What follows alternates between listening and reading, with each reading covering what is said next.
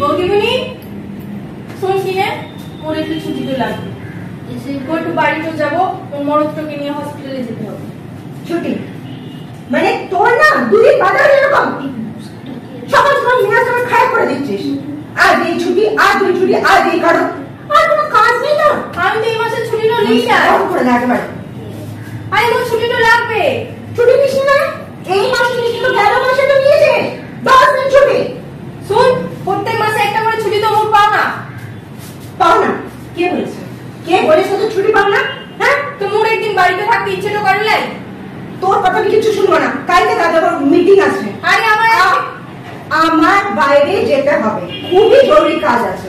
বাড়িতে তুই যদি আরে টানে না, তুই যদি না আসে বাড়ি কাজ হবে কে করবে?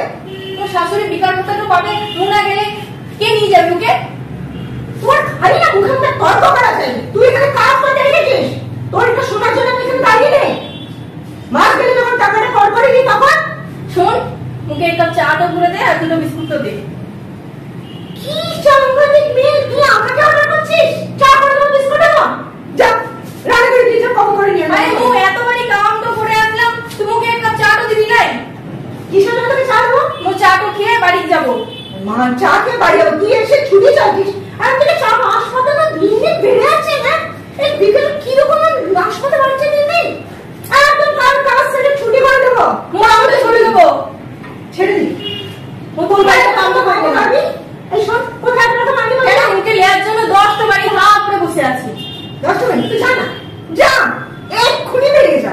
ওইখানে গিয়ে কম টাকাটা দিয়ে দে, আমি চলে যাচ্ছি। টাকা কেন দেবো তোর টাকা? এই মাসে আমি যে এতদিন ধরে কাজ করলাম, আজকে মাসের 5 তারিখ হয়ে গেছে, 5 তারিখের টাকাটা দিলেন? না দেবো না।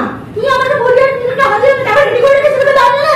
হ্যাঁ, যা কি কাজ কর, সমস্ত কাজ করে আছি। যা এক কাপ চা দে আর টাকাটা দে, মু চলে যাচ্ছি।